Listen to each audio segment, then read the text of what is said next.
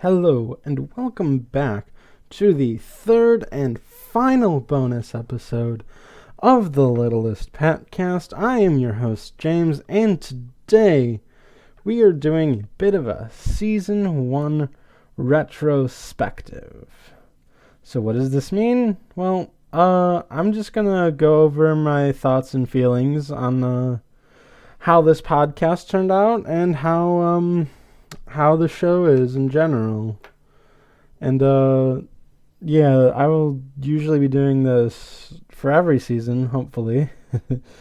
Things change, but for now, I have a short list of questions that can have some really long answers depending on how I want to do it, and then just go into season 1 as a whole. So, my first question I've prepared for myself is, why did I start the podcast? Now, you may have heard me say, this is the reason the podcast exists, or this is why I'm doing the podcast. But to get an exact reason, that there are multiple reasons that I feel like just all culminated in me doing this podcast. For starters, I just think this is a show that needs to be talked about. It's a strange and interesting show, and I didn't hear too many people talking about it, although I could have gone looking for that. But I mean, no one else has done a recap podcast of the Littlest Pet Shop, so I decided to just do that because every episode has something in it that I feel I can talk about for an extended period of time. And as the podcast went on, it seemed that time only extended. We'll get to that. But I just think it should be talked about because it's this weird outlier of a show where it's not great. I wouldn't say it's great. I wouldn't say it's as good as Gravity Falls, for example. But I wouldn't say it's bad either. It's it's not even fair to say that it's middling. 'Cause there's some really good stuff in here. Some really good stuff. Actual genuine good stuff. But then there's also some stuff. There's not even a lot of bad stuff exactly. Well, okay, I guess I can't get around it anymore. I can't talk about why this show deserves to be talked about without getting into my opinions of the show, as previously demonstrated. So, yeah, in the first bonus episode, a friend of mine pointed out that, because I plug a lot of headcanon into it to make the show better, in my opinion, it means I don't like the show in general. That is simply not the case, because if I didn't like this show, I wouldn't be doing a podcast about it. There are aspects of it I like, and sometimes love even. But, it's also just ridiculous. The show is ridiculous. And it almost revels in that ridiculousness, but it also goes into some serious stuff. And it's hard to balance the two. And I guess I just appreciate the effort it gives. But there's some just weird stuff in this show. My opinion on this show is complicated. And maybe just doing the podcast uncomplicates it. And it kind of has. 'Cause, it's forced me to, confront why I think this show is ridiculous instead of just seeing it as ridiculous. And, I guess as to why it's ridiculous, I already went into that, because it's, trying to mix two contrasting elements, and it doesn't exactly work. It, both aspects are done well. When it wants to be ridiculous, it gets ridiculous.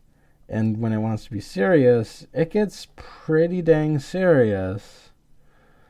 But there's no cohesive blend between the two. And that is a problem and worth talking about. So back to the original question of why this podcast exists.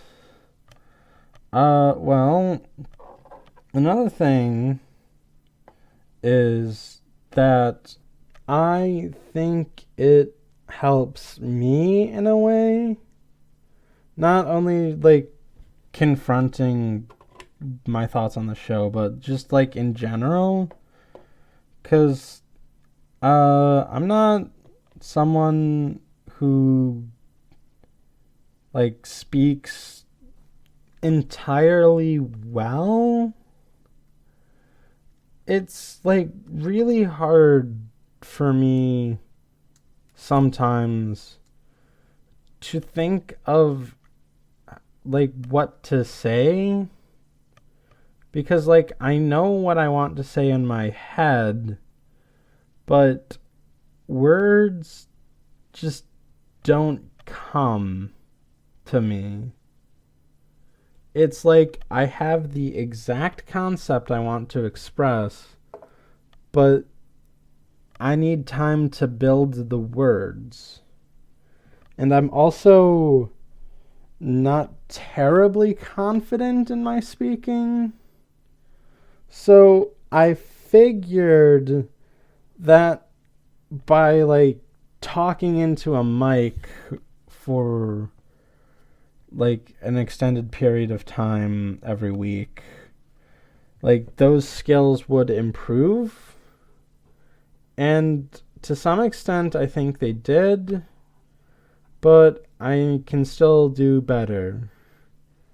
'Cause I have not recorded a podcast, an entire episode of the podcast, on one continuous audio track. And sometimes that's because I cough or burp or something else comes up. But other times it's I get stuck and I just pause for a good 30 seconds, and that's not good podcast content if the only person who's on it does not speak for 30 seconds. I mean, unless I'm doing a stinger, but I mean, that's intentional. It's not I don't know what to say anymore. It's I know exactly what I want to do. I just need to wait and lure you into a false sense of security. So, Another reason I'm doing this podcast is to bring some joy into the world. I know that's kind of hokey and said a lot, but I don't know. At the same time, I'm a hokey kind of person who kind of believes that stuff. Like, there's a lot not so good things happening in the world today. And, I just want to produce content that,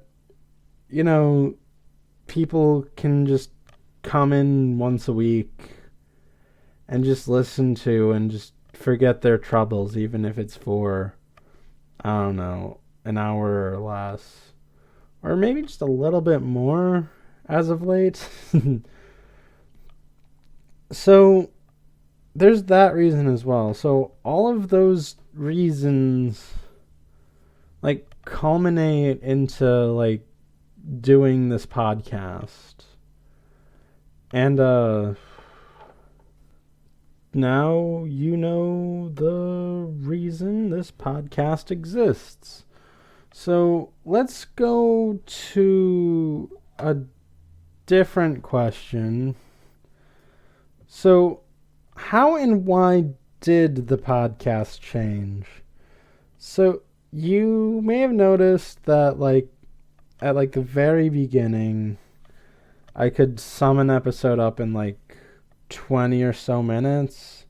That has since just about tripled to, like, being an hour long at most. Or it can get, like, it's somewhere between 40 minutes to an hour. And, part of that is a little unavoidable. Because, like, when you're talking about a TV show, and you're trying not to talk about events in the future as they are exactly. Like, I can talk about things that I think are hints towards something, or imply something, or say we'll get to that later. Like, you don't have a lot to work with, but then, like, as you go on, you have, like, more to work with. You can reference back things and, like, compare notes from, like, here to here, or this happens here, so this should happen here. So I guess that extension makes sense. Another thing about the extension is that when I first started, let me just get it up, because, like, here we go. Because, like, when I first started, like, my notes were, like, simple phrases and words that I can reference quickly and go into there. But, like, as it went on, I basically wrote scripts. Like, I just extended how I'm taking my notes, because, like, for, like, my first note for, like, the first episode is just Weird Cat in the Hat Neighborhood. That's, like, the first note for the first episode, compared to the first note of the latest episode that I went over, Summertime Blues, is just Blythe rushes down the dumbwaiter excited. Like, that's a bit more detail than just, like, just saying the type of neighborhood I think Blythe lived in before she moved. Also, bear in mind, like, when I say script, I'm not reading it word for word a lot of the time. Like, some of it is word for word, but, like, some of them, it's just Blythe rushed down the dumbwaiter excited, which I could phrase in many different ways. I don't even remember how I phrased it in the episode. And, like, it's just, like, more specific detail on what happened when. And, like, having that helps because, like Aerosmith said, I don't want to miss a thing. Da-da-da-bow. Okay,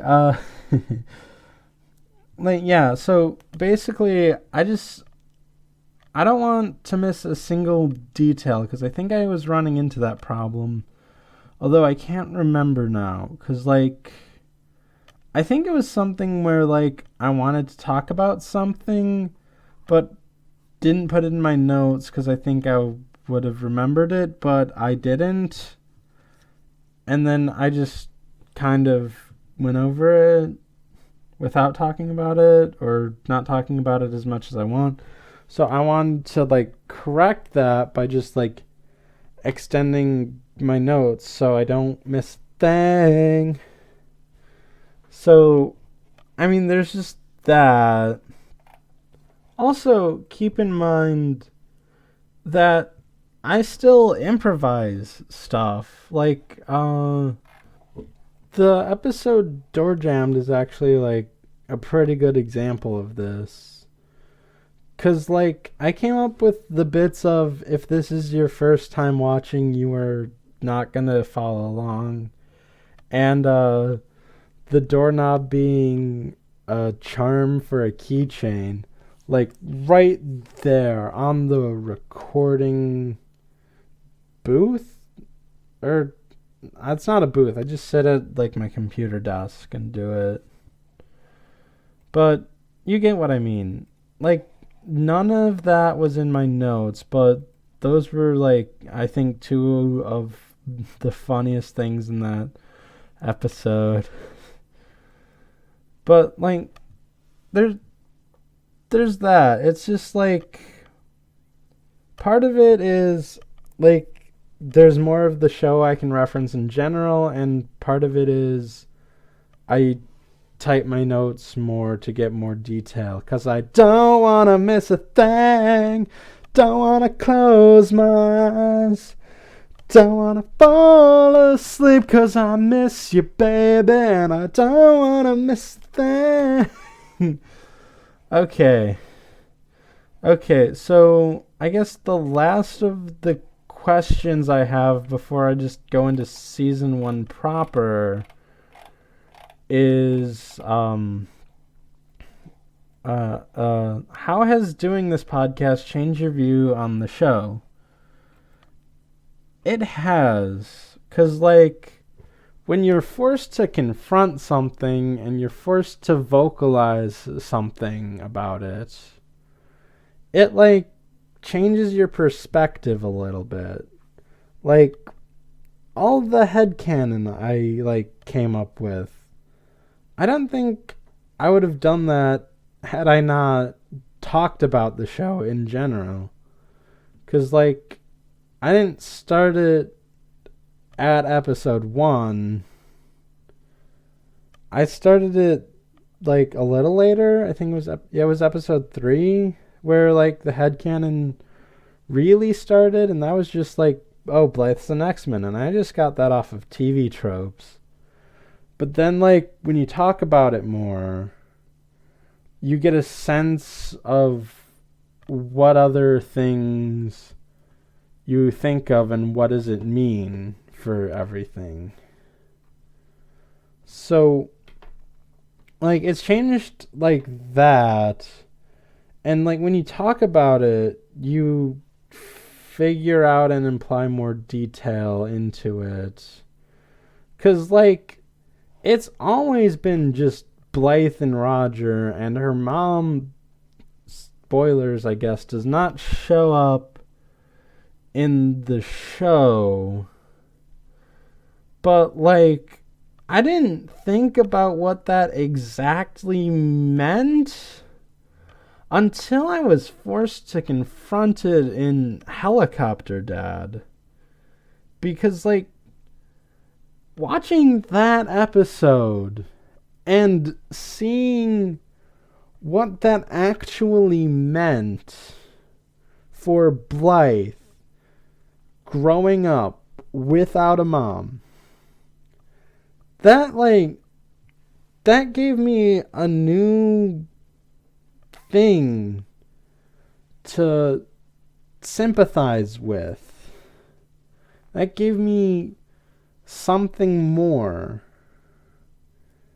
And, like, it's that kind of stuff that, like, you just don't get if you just casually watch something like I do.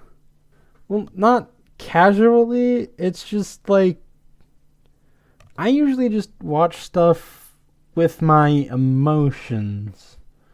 So I know how a show makes me feel, but I don't know why it makes me feel that way. So I guess explaining why it makes me feel that way helps me understand why I like it more. Like, this isn't just about The Littlest Pet Shop. It's about, like, any show I watch. Like, I react to it like, this is good, this is okay, this is bad, or whatever. But I just do that. I don't have reasons until I think of them. So there's that. But I guess in general, it has made me appreciate more of the higher points in the series a bit more. And I guess it has also brought some things out about the not so good part of the show. And, like, I mean, the parts are fine, mostly. But, like, it just doesn't mix terribly well. I know I've said that before. I'll probably say it again. But, like, that's the underlining theme of The Littlest Pet Shop. It's that, like, it has good parts. It's just not entirely the sum of its parts. 'Cause, like, the parts don't combine in the correct ways to make something that's out and out good. They combine in ways that, like, don't make it terrible, don't make it bad. It just combines it in ways that, like, it's sufficient for the most part, and it can be really good, and it can just be really weird, and sometimes it gets pretty bad. But for the most part, I'd say it's fine. There's, like, a general blanket statement. But I don't want to leave it at it's fine, so that's why I'm doing this podcast, as you no doubtedly know. Did I say no doubtedly know? I did. I'm gonna just keep going, because, like, I'm in that kind of mood right now. So, I guess that's it for, like, the question part. So maybe I should just go over the episodes and give, like, my general feelings on both the episode itself and what I think of the podcast episode that I did. Now, I have listened to all of them. I kind of have to listen to them because, like, that's how I kind of edit. Because, like, when I get to a point where I stop for some reason, I listen over it. So, like, that, like, 1 hour and 10 minutes took at least 2 hours and 20 minutes in the final episode. But I have listened to them all on my own time. So I kind of know what I'm talking about, but I'm not entirely sure. Because, like, some of them, there's a bit of distance between, like, when I listen to them again and even when I put them out. So, like, I don't know, some of them can be a bit vague, but, like, I think I'm okay for the most part. So here we go. I really should stop using my mouse for that, because that's what you hear. That's what you hear. That's the scrolling of my mouse. That's that. And this mic picks it up, even though it doesn't really matter. It's still a bit annoying. So I guess here we go. Blythe's Big Adventure, parts 1 and 2.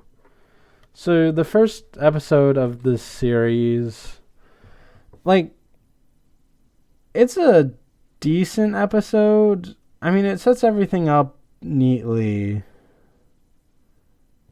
Wow, it even, like, sets up how Roger is not always there, because, like, he missed the second half of this episode for the most part. So he didn't know about the talent show or anything until after he got back. Like, holy crap.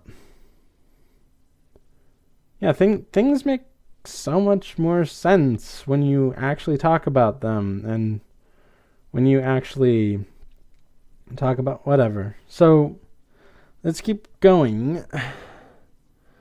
Like, I found it amusing that, like, I kept finding things in this episode that just sound weird, like, when you say it out loud. And, like, that's kind of a thing for this show in general. But I thought this episode didn't have that at first. But then I did the podcast, and then, yeah, just things got weird. That's that's the subtitle for this show. Things got weird. I mean, yeah, I guess. Bad Hair Day. Okay, so this episode, I like the B story more than I like the A story, because I think the A story has been done to death, and even though it's a kids show and you can, like, rehash that stuff that was done to death, because ideally kids are watching this, so they're learning about this stuff for the first time. That being said, like, since I know it and there's no real meaningful variation in it, I didn't like it. But I like the B story a lot, and I kind of wish I could go more into it, because, I mean, this is one of the early ones where I was like, I think I did this one in, like, 21 minutes or so.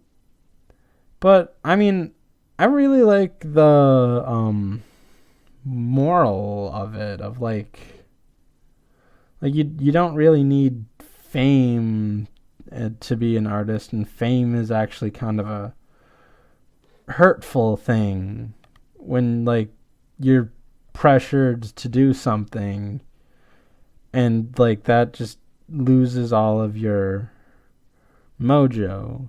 You know, that just kind of reminds me of like that one episode of Class of 3000 where like one of the kids sells their soul, and to get it back, Andre 3000 had to sell his soul, but he couldn't sing without his soul. So then he got his soul back, and he couldn't benefit the corporation anymore. Man, Class of 3000 was pretty good. Okay, but I'm here to talk about the Littlest Pet Shop, not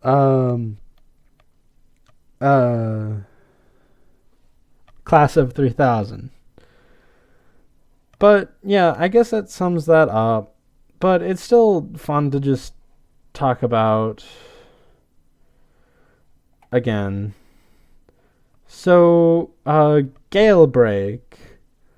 Yeah, I was mostly bored for this episode because, like, I mean, this time I knew the twist going in, and last time I didn't think. Well, okay, when I say last time, I meant the last time I watched it, which is also the first time I watched it. It's one of those episodes where that happened, but like in general, I felt bored throughout most of this episode. Like, I didn't find it very interesting. But like I did find it amusing that in the podcast I started accusing everyone of being mutants, and that has stuck. I love how much that has stuck because there's continuing evidence for it. You know what? I think I did start headcanoning at the first episode, because like I did say Russell had super strength, but I didn't say that was because of mutant powers. I don't think. I might have, but I think that might have come in later. And really, like, him having super strength has been demonstrated in that episode. So I was just saying something that was demonstrated in, but whatever. We go on. I also like the amount of references I made during the episode. And I kind of also like the depressed tiger, even though that sounds twisted to say, but I still think that was kind of funny. So, next episode, Penny for Your Laughs. I got really more into this episode, I think, going around this time. I think I got a little more out of it. It's mainly where, like, the biscuits being super powerful mutants started. And it's also, like, the beginning of my hatred for their strict adherence to gender norms comes in. Because, like, I felt like I really went off on, like, them resembling brat stalls more than I thought I could, because like honestly I was thinking I was very kind of indifferent on the brats, but like just going into it I was like really angry at the brats for whatever reason. I don't even know. Maybe it's like that adherence to gender norms. But like, I don't even know why that happened.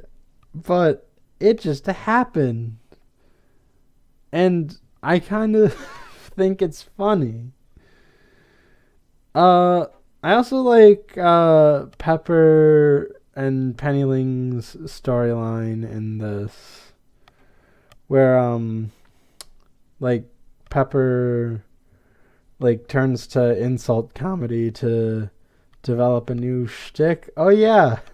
Yeah, that's another thing. I'll get to that. But like finishing what I was saying. But Penny Ling being like the sensitive one of the group and considerate of other people's feelings, thinks that these jokes might not be exactly in good taste. And it's a very interesting avenue of thought. Because, like, on one hand, like, at the beginning, like, Pepper's insult comedy doesn't, like, bother anyone too much. But then as the show goes on, like, it starts getting more hurtful and just mean. And, like, that's an interesting thought, because, like, you can have insult humor and have it all be in good fun. But there is a point where it does go too far. So, like, at what point do you draw that arbitrary line in the sand where, like, it just, like, is too far? And also in this episode, I learned how hard it is to say, explain what a shtick is. Like, a little behind the scenes for you there. I had actually cut out some mistakes of me saying explain what a shtick is. But I thought that was funny, so I went back and re-recorded it intentionally. But then I got tripped up on my own words and started doing it accidentally again. It is so fun. Okay, I'm saying okay a lot because, like, I don't know, my internet went out for a bit. Luckily, I don't need internet to record, but I do need internet to upload, because otherwise I can't upload. Okay, so what do we have next? Mean isn't your color. Okay, this episode. I really liked this episode going into it, and I really liked this episode coming out of the podcast. Like, it's such an interesting idea for an episode. Like, more Blythe's storyline than Penny Ling's, but I like how Blythe's story affects Penny Ling, where, like, she's way too focused on her own problems to notice problems with Penny Ling. And that's really interesting, where, like, you know, I learned about this in psychology, where, like, teens have a thing in their brain where they can't see how someone else can be in a situation like they can. I don't remember the exact technical term, but it is basically like, oh, there's something wrong with me, that's a huge problem, no one else has this problem. And yeah, it's stuff like that. I just think that's interesting, and how this whole episode is interesting, because, like, I don't know, it deals with an aspect of being a kid of a single parent that, like, you don't really see terribly often, I don't think. I don't remember if I've seen anything like this before. I might have, but like, I don't know. A lot of like shows with kids that I can remember. No, wait, there is Rocket Power. Rocket Power had like a single dad. Man, I am just referencing a bunch of other shows tonight. I don't remember a lot of shows that did something like this. I could be wrong. It has been a while since I've seen a lot of those shows. But, like, I still think it's a very interesting concept. And also, I love, like, the creation of hashtag Roger for Dream Daddy 2. Like, to explain, I haven't actually really played Dream Daddy. I think I might have said that in the episode. But, like, from what I've heard, it has, like, a bunch of good dads. And since Roger is a good dad, I want him to be in Dream Daddy. It's dumb, but I love it. Okay. Enough of that. Let's go to Rustle Up Some Fun. That's a pretty decent episode. There have some weird line choices and weird music choices, with fun being fun, and having that be a ska song. But like, it's not a terrible episode. It's a pretty good episode. Although this episode is the start of me talking about shipping in this show. And that is, like, a weird topic for me to talk about because, like, honestly, it's just weird in this context where, like a lot of the ships you're going to have are interspecies. And, like, that continues through the show in some aspects. Like, actually, that stuff happens. Where, like Pepper or someone will fall in love with a thing of a different species. But, like,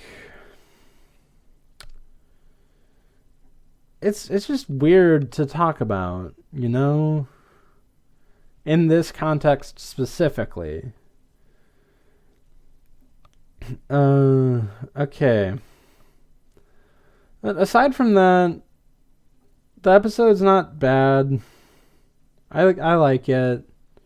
It's a fine episode. It's a fun episode. I mean, it has fun in the title, but yeah, I guess that's it. Hold on, I need to get some water. Okay, I'm back. Had some water, ready to continue. But before I continue, I will say this podcast is definitely going to be longer than an hour. But you know what? This bonus episode of the podcast is just like where I'm supposed to be stretching my wings on this. Where, like, whatever comes to mind I say. So this is going to be like a rambly sort of episode, as you can tell. Because I don't have much of an outline for this like I do for actual episodes, but I can still have fun. To be honest, I wasn't even planning on, like, going through, like, all of the episodes like this, like, going into this podcast, this bonus episode. But, like, I mean, I didn't have too many questions starting in, and I didn't want this to be like a dinky 20-minute thing, because it's supposed to be like a season retrospective, like 25 episodes, well, 26 counting the two-parter, but 25 episodes of the podcast for sure. it's not something to sneeze at. It's not something that like a 20-minute whatever can cover or should cover. So I'm just gonna go on. I'm gonna let it be. Let it be. So let's move on to Blythe's crush. I really liked this episode going into it, although it is weird and somewhat interesting that I found two separate bits of sort of racist things in this. But, otherwise the episode is, like, pretty good. Man, like the racist things, like, I don't think we're meant to be harmful, but I don't think that's much of an excuse. It's just, I don't know. Like, I want to like this episode still, but, like, when you say something's racist, that's a loaded gun. And that's, like, I can't say that without a caveat. But, like, it is amusing that Blythe likes a guy and that Zoe is pure shipping trash. And I do kind of like Esteban and his feud with Vinny and Sunil's, like, weird mutant powers that he can't control. But, like, honestly, like, I can't say I like this episode wholeheartedly anymore, because I found, like, stuff that can be racially offensive. One of them I didn't even know about until talking about it. But, like, that one was more, like, jokey in a way. So, but, like, the other thing, it is a little racially insensitive. I don't know how to defend that one. I'm not sure I could defend either of them, but, like, it's hard, when you want to like something, but it's not good in some aspect. And like, man, that's just, I mean, they're not out and out being completely racist. But, like, I don't know. It's hard. So aside from those two things, like I said, the rest of the episode, perfectly fine. In fact, pretty entertaining in general. Like I said last time, I like the crush song that Zoe sings. And like I said before, I like the rest of the aspects of the episode. One thing that happened because of this episode is that I somehow talked myself into watching Steel, like the Shaquille O'Neal movie. I haven't actually seen it yet, but I am going to. Before I die, I have to see Steel. So, to explain why, I mentioned in the episode that I thought it was weird that when Blythe said she got a hug, Zoe said just like in the movies. And I wanted to know and possibly watch whatever movie has a ending romantic gesture that's a hug. And so I listened to the Flashback Flicks podcast, and they did an episode on Steel, and they said the big romantic gesture at the end is a hug. So now I am committed to watching Steel. Like, who would have thunk? Who would have thunk that Zoe watched has seen Steel starring Shaquille O'Neal? Like, I mean, I know pets can watch stuff in this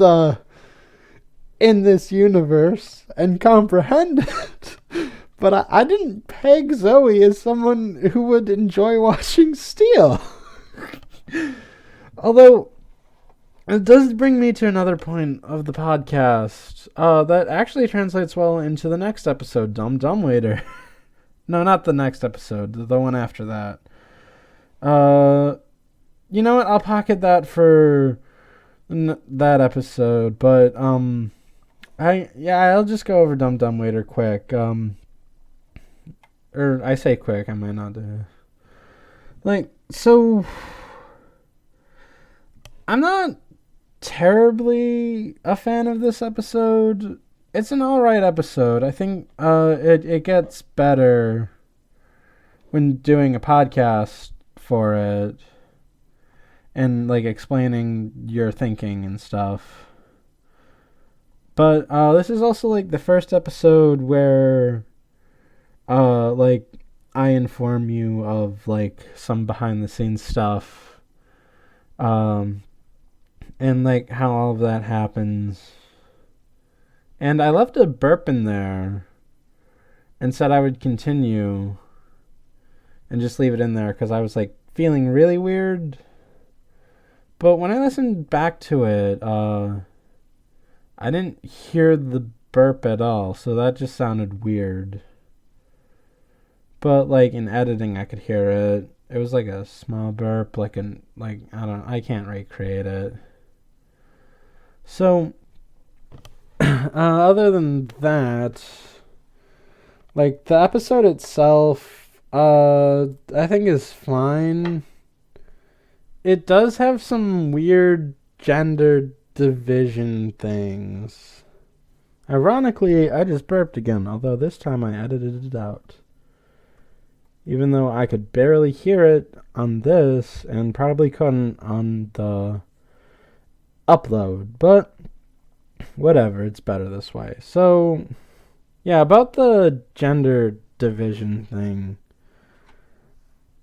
Sometimes this show explores it, and it doesn't do it terribly well when it's trying on an obvious setting, where it seems very obvious that they're trying.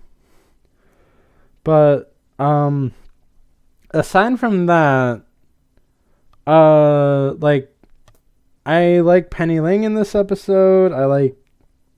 I kind of like Minka in this episode, even though, she's just traumatized by her claustrophobia. But I think, that kind of humanizes her a bit more than just being the random whatever manic pixie dream monkey or whatever. And so, stuff like that is interesting. I really dug Roger getting into the classics. I thought that was pretty fun. I don't think I have much else to say on this episode.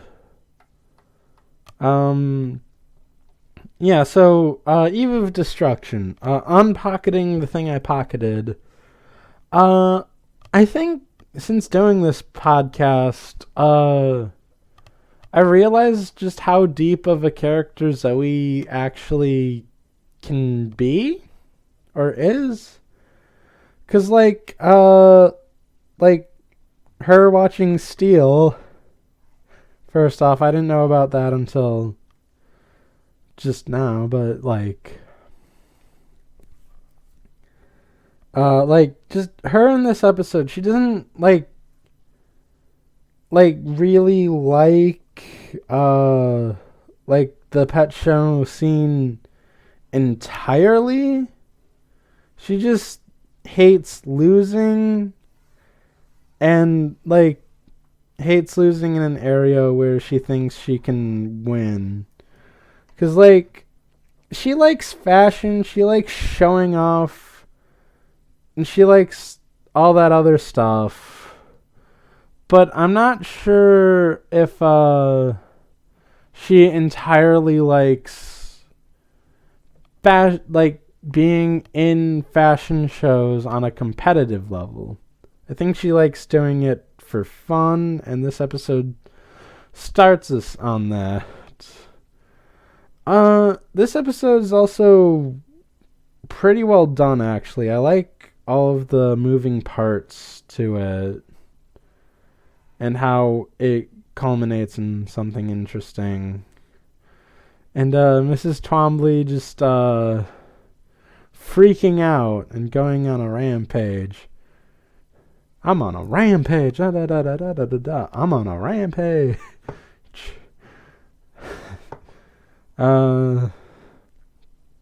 Anyway, as for the episode itself, I get a little more detail into my personal life.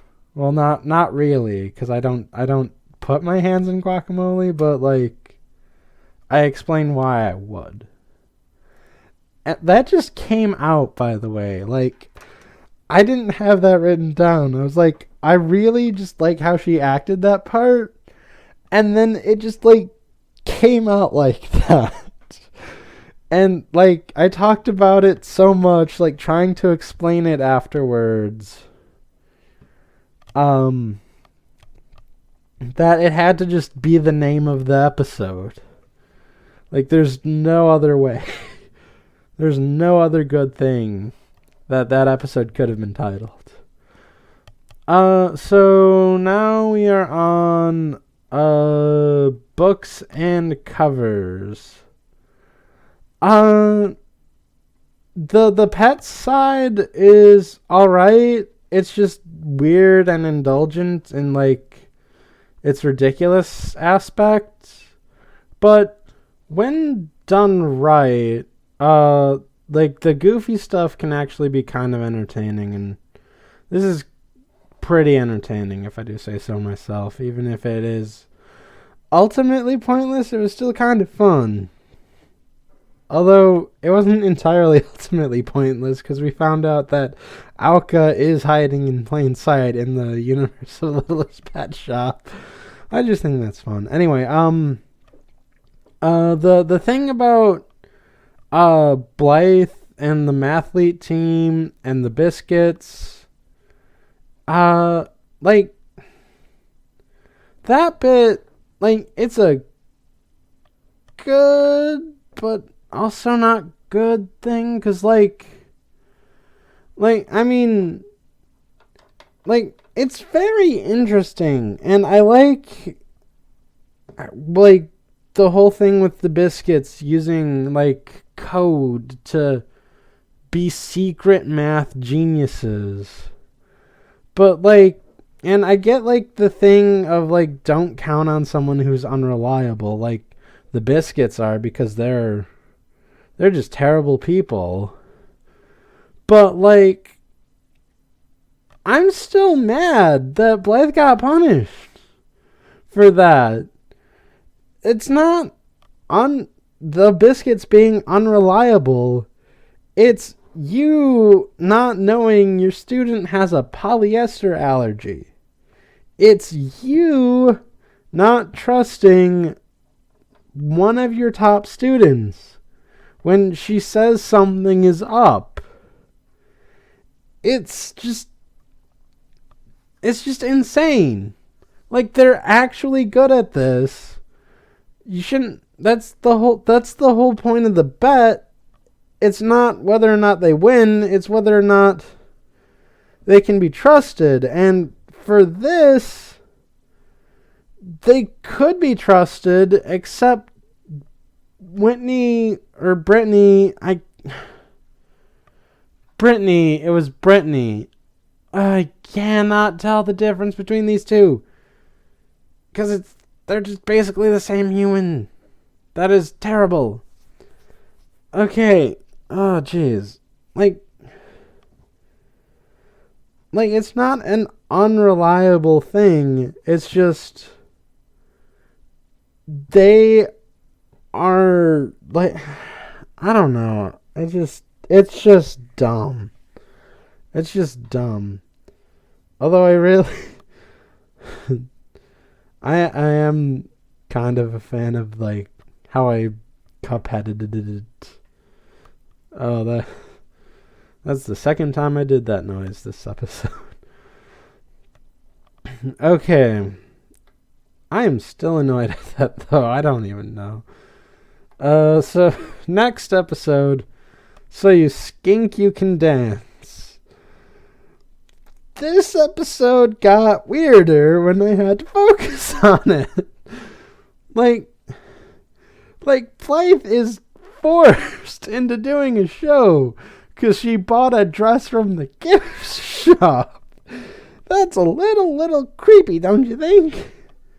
And, like, Benny learning the sad truth of Hollywood.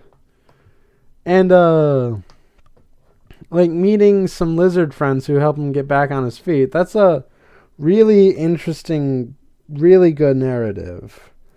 But then at the same time, there's Blythe being forced onto a TV show. Like, forced. She was desperate to not be on the show. But she was. Oh, goodness. There's a whole heck of a lot.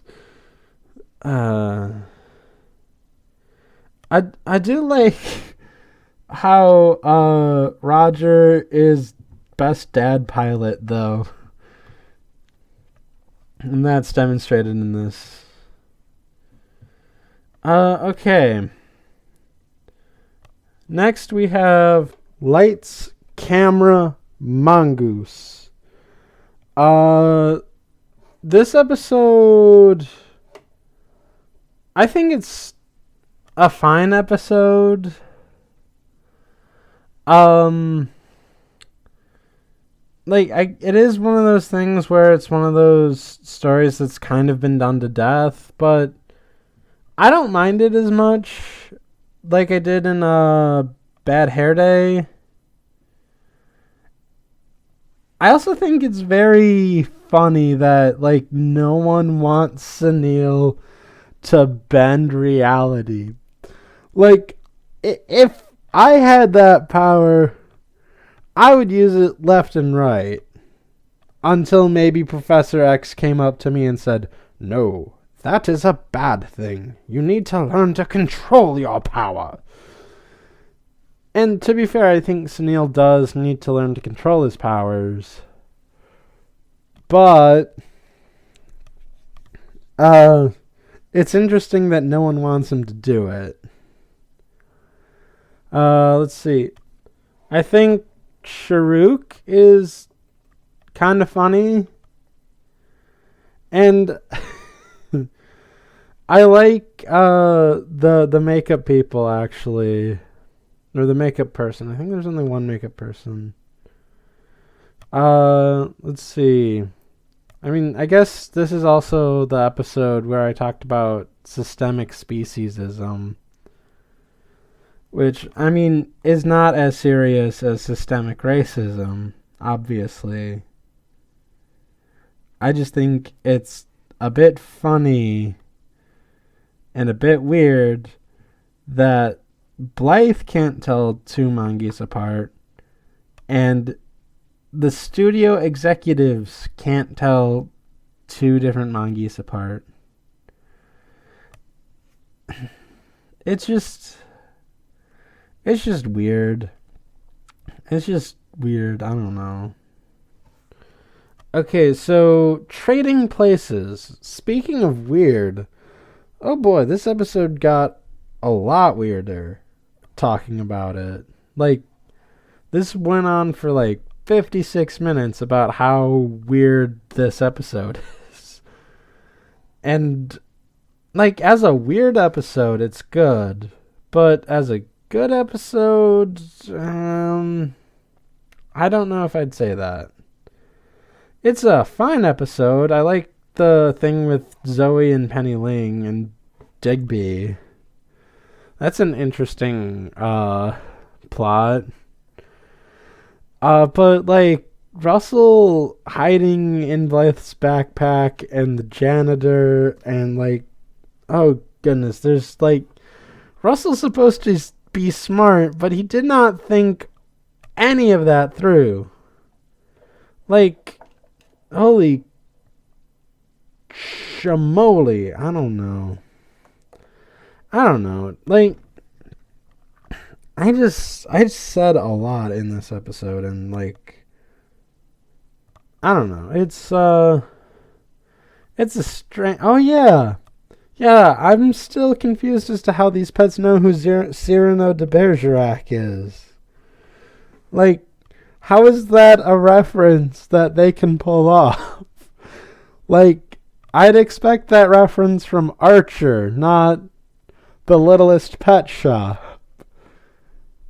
Like, it's a very strange reference. So, speaking of references, I'm on a roll with these segues. I have a shirt that says that. Buy that from the True Green 7 store.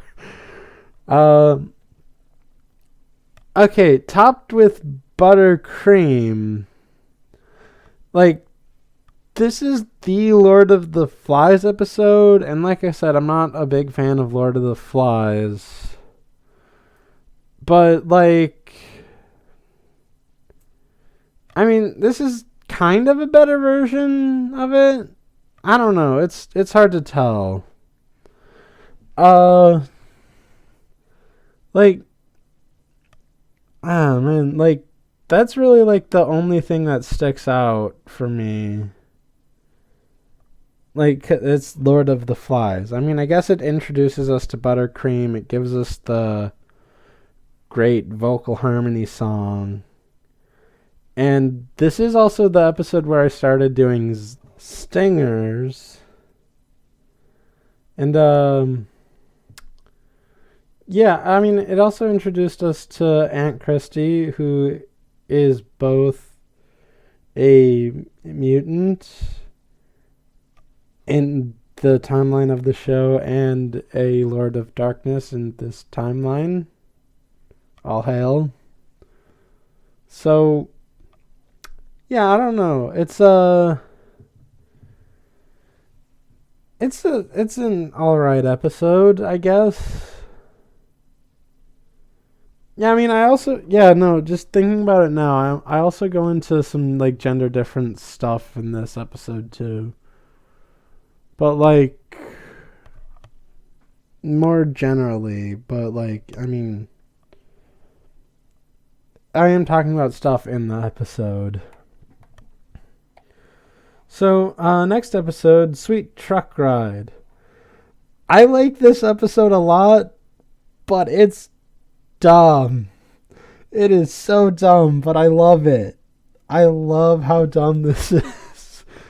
I love the fact that the pets drive a truck off twice. It is amazing the amount of stupidity that these pets have. It's amazing. And I love Sugar Sprinkles. She is a treat, if I say so myself. Oh man.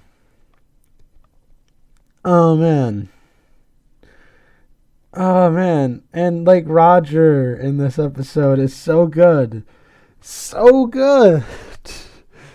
Like him and Buddy just like, oh man.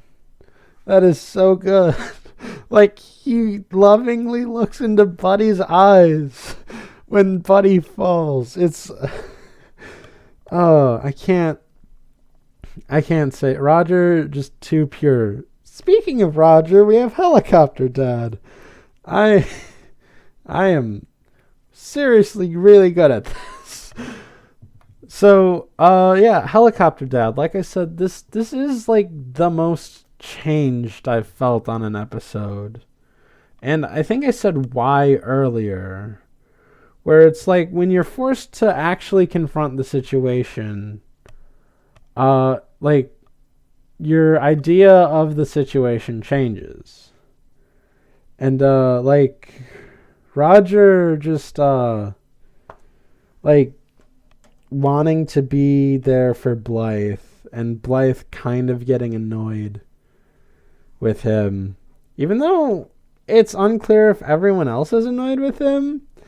Even though he says, I'm what you kids would have called a player. Like, honestly, that should have, like, gotten, Blythe just, like, so many bullies. But it seems the opposite happened, and everyone loves Dad. Okay, and like the Howdy Do song and the thing at the end is just so good. Oh man, like the A story of this episode is really good. The B episode is all right, not the B episode, the B story of the episode. But whatever. The B story of the episode is, it's all right. It's fine. Like Minka trying to befriend a tortoise. Like, it's could have been done better, but like that A story really makes up for it, cause like, man, that got really deep for me. Okay. Yeah, okay, so next episode, what's in the batter? This episode, it's a pretty good episode. Like, it's a fun episode. I just like it. I don't know how much I can say about it. I mean, I did question why a lot of the good moments, like, don't involve pets. I did love making fun of the biscuits at every turn. And they're just, like, depraved nature. And, I mean, I did get a chance to bring back Cup Blythe and Mug Me.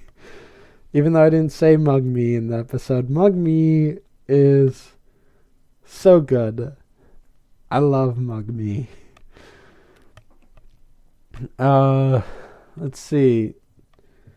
What else? Oh, yeah. You know what? I guess I can say this now. I wanted to put, like, the electronic song they had, or the instrumental song, I don't know, like, they had in the, previous bonus episode for, like, the song countdown or overview, but, like, I don't know, I couldn't really find it anywhere. It wasn't listed on the tracks. So, yeah.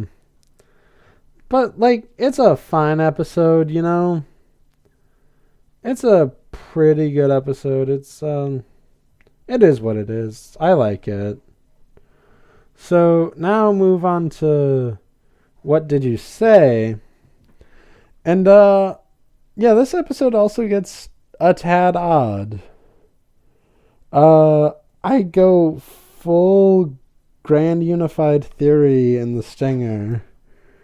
And, I do question the whole process of animal-like sentience in these, pets.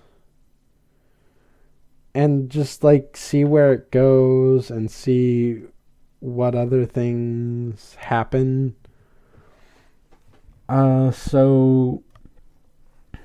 Yeah, that got a tad weird. And, I also, in this episode, learn a lot about Blythe, mostly from headcanon, but, like I said, I still like the show, even with without headcanon, but the headcanon makes it a bit more interesting. And, Blythe just having an overwhelming sense of loneliness really makes this interesting.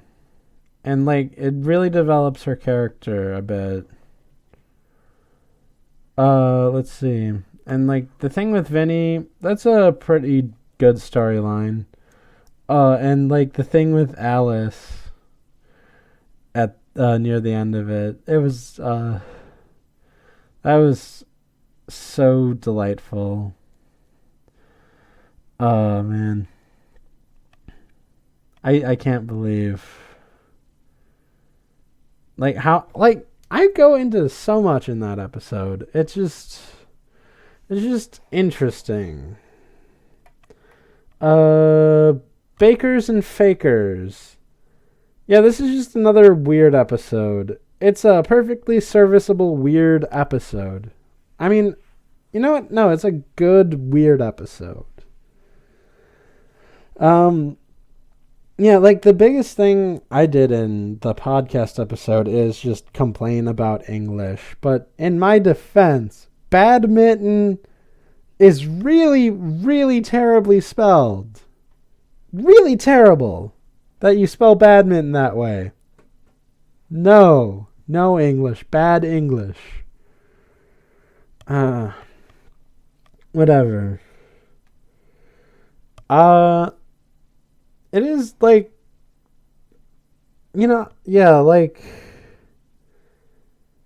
I don't really have much to say about it. But, it's just fun, The biscuits trying to disguise themselves. Oh, man, that was fun. Oh, man, there's so many fun things about this episode. It's just a fun episode. So, but what's not fun is the episode Terriers and Tiaras. Oh boy, this episode.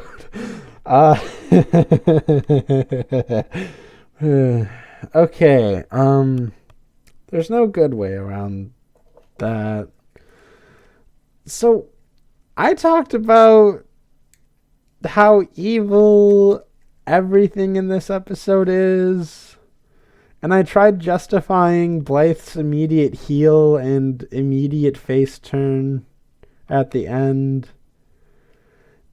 But, this goes more into Zoe's, dislike for actual competition and instead, just likes doing these things for fun. But, honestly, this episode, I don't know, the podcast, I'm going to be honest, recording and soon after I put this episode out, I was afraid of myself. What was I going to do next with the show? But, this is just, a bad episode. And so, I had to, really delve into it to, make it somewhat palatable. Even if it meant going insane along with it. And boy, did I go insane with the whole lingering biscuit thing. There's just... This episode is just kind of not good. Although, no, it's just not good. It's just not good. I don't like it at all. Okay. So next we have Lots of Luck. I like the A story just fine of like Pepper trying to impress her comedy idol. And like the whole thing of like trying to impress people and like passing the torch, as I mentioned. It's a very good thing, and like it's done really well, actually. Like, I like Old Bananas as a character. I like Pepper and Russell's interactions with this. And just like Pepper being desperate to amuse him and everyone else eventually. Like it really drives home like a good serious point. A serious point undermined by the fact that this episode also introduced Kung Fu quilting into this show. Like, I don't... What? Oh, jeez, Louise. Like, this is still befuddling to me. Like, but... It's a thing called Kung Fu quilting, and it's a serious thing in the show. Why? Like, why? Why is that a thing? It's... Like, the explanation they give kind of makes sense. But, like... I just, like... There's something about Kung Fu quilting that, like, I can't completely take seriously. And, like, even, like, the serious stuff from the A story kind of bleeds into this story. And it would have been, like, fine, but, like... Kung Fu quilting! How is that not weird? How does that pass inspection? How does, like, someone look at, like, the script and say, this is fine? I don't know. I do not know. Oh, my goodness. Okay, so we go on to Door Jammed. Yeah, this is just like a kind of weird, kind of interesting episode. We learn how the biscuit's powers exactly work, more or less.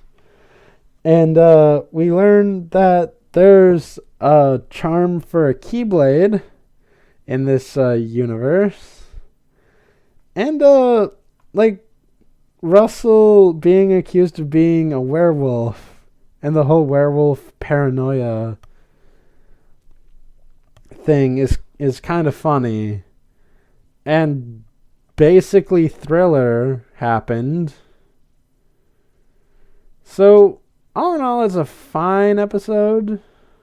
It's a fine episode, but, like, you know, there are better episodes. It's perfectly good, though. So, moving on to Frenemies. Like... No, wait, no, I'm actually going to back up to Door Jammed a bit. I'm not sure if Russell's a good person, though, because, like, he keeps exacerbating the situation and then immediately wants the situation to calm down. That's not how things work, Russell. That's not how things work. Yeah, other than the... yeah, everything else I applied. So, Frenemies now. like, honestly, I was surprised I was able to get, like, a good feminist rant out of this episode. Because, like, it is one of those things where, like, it's either not trying to do that or it's being very subtle with it. And either way, I found it. So I'm either good at finding things that aren't there or just very well hidden when I'm talking about something. So, yeah, the whole thing with, like, feminism and what it means to be female and all of that. I think that's, like, a good positive for this episode. And, like, it kind of explains Zoe and Pepper's friendship in greater detail. And it kind of adds depth to those two as well as Pennyling. And it kind of adds a little bit of depth to, well, not the feminism thing. That's just kind of their thing. For this episode. For other episodes, it could be Minka, it could be Blythe, it could be whatever. But, like, this episode also adds, like, a bit of depth to Vinny, where he loses his tail for the first time. And, like, just seeing him in that situation, like, it's an interesting way to develop his character and figure out, like, what he has to do now. And yeah, although Blythe is kind of ignorant at first, she does solve the problem eventually. And I mean, in general, this episode has, like, a few weird things, but, like, at the same time, I can't help but like it because, like, it promotes feminism. But an episode with a lot of weird things is definitely Blythe's pet project. That's just weirdness encapsulated in this season, at least. It's just weird. It has the Lost and Found box. It has My Small Squirrel. It has Mrs. Trombley being blind and mistaking a pregnant woman for Russell. It's, like, a lot of this episode just has, like, a bunch of weird stuff. And, like, it's fun, but, like, it almost feels like it's too weird at some points. Although, I do like the idea of, like, developing the headcanon of the human, like, evolution slowly, or at least speeding up in this instance, coming to all pets. And like, Shivers is a fine character. I don't know. It's just like, this is just a really bizarre episode. Probably the weirdest of the season, if I had to say something about that. So, the last episode, Summertime Blues. Like, honestly, without the headcanon, it's a pretty good episode. With the headcanon, it's a really good episode. And, like, I don't know. I honestly really like this episode more than I thought I did. I thought this was going to be okay. I mean, I haven't really seen it too much, unlike some of the other episodes of the series. But, like, I don't know. This is just, like, more interesting and better than I thought it was going to be. It's delightful. It has some really good jokes, although it does do some serious stuff as well. And I don't know, it balances itself, which is, like, really good. And, like, just, just seeing how far Blythe has come in a season of this is really really heartwarming. I guess if I had to add another question to the question thing and go back into that for a little bit, is like just a question about like the headcanon and stuff. Like, how did I come up with it and stuff? I mean, I just like talk off the top of my head or write notes down or whatever. And it just comes to me in that sense. But I mean, what do I think of it? I think it's like really interesting. Like, it's really interesting that I can get like that much uh stuff out of like this show. Like I mean, the show on its own is a fine show. Like I said, not good, not bad, not even middling. It's just like weird. But like when you plug a bunch of headcanon into it, I don't know, it makes it more interesting and a bit better and a bit more fun at times. So I've been going for like over an hour and a half, which means 3 hours for editing time at least. A lot more so actually, but like whatever. So yeah, like I said, I'm gonna be starting a new job next week, or on the 9th rather, and so I'm gonna try to get the podcast on a new schedule. I'm not 100% sure on what that's gonna be, but I am gonna aim to record on Friday and maybe upload it for Saturday. So if that doesn't happen, something else will happen. I don't know. But that should be it for this bonus episode of the Littlest PetCast. And it should be it for bonus episodes for a while for the Littlest PetCast, because now we are delving down into season 2 with the episode Missing Blythe. So, be sure to leave a comment and review on Shout Engine, on Apple Podcast, on the Google Play Store, and wherever else RSS feeds go.